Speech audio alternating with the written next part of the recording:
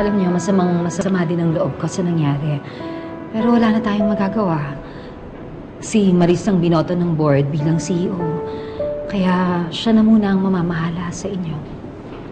Pero ma'am, wala po siyang alam tungkol sa restaurant natin. At saka ma'am, wala naman po siyang pakialam sa amin eh. Parehong-pareho po siya ng anak niya si Angeli. Alam ko na hindi madali ang sitwasyon niyo, pero gusto ko magpakatatag kayo, ha? Mahalin niyo pa rin ang trabaho ninyo. Ang Joy. Oh, Joey. Walang galang na po. Hindi mga pulis po naghanap sa'yo. Ha? Cesar. Miss Johnny Esquivel, may warrant of arrest po kami sa inyo sa kasong arson.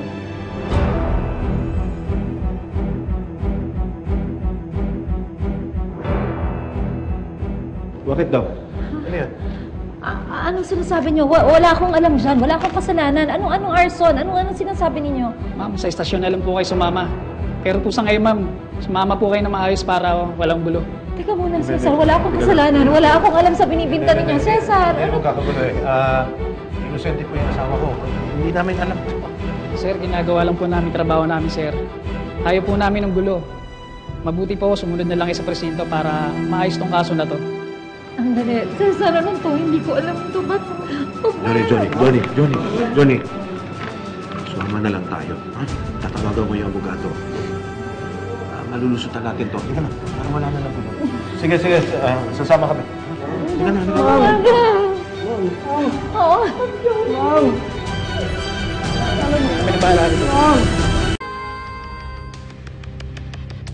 Insurance fraud ang pinapalabas na motibo. Kaya mo raw pinasunog yung restaurant. I've reviewed the documents, Johnny. Mahihirapan tayong lusutan yun dahil permado mo yung insurance papers. Paano? Anong gagawin natin ngayon? Oo, makakapagpiyansa ba tayo? Eh, hindi naman siya pwede magpagabi rito. I'm so sorry. Pero sa batas natin, kapag destructive arson ang reklamo sa'yo, non-bailable ang case. Ano? Hindi siya makakauwi?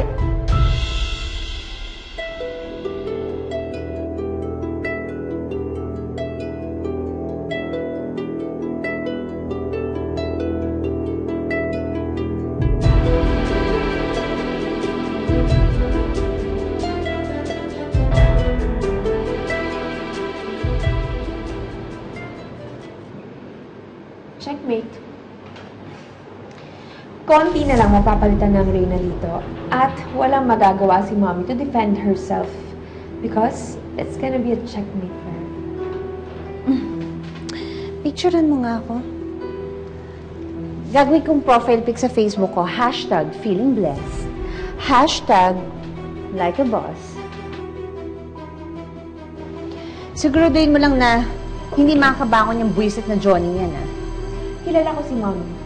Gagawin niya lahat para patunayan na inosente siya. Hala, paano yan? Baka makabalik siya dito eh. Sayang, bet na bet ko pa naman dito. Huwag kang mag-alala kasi hindi na siya makakalabas ng kulungan dahil non-bailable ang kaso niya.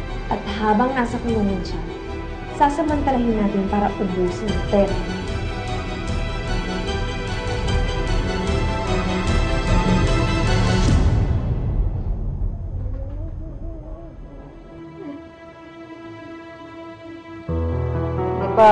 Kanina ka pa iyak na iyak dyan. Nakakarindi na. Kung ako sa'yo, matulog ka na. Wala namang mapapala yung kakangawa mo dyan. Ano ba? Ang dami mo, ate! Ayaw mo talaga magpatulog, ha? Kailangan pa yata dito patahimikin eh. Stoy! Magsitigil ka dyan. Huwag niyo pa kayo naman yung bago. Magsitulog na kayo dyan. Pagsabihan mo yun, ha? Baka hindi ko matansya.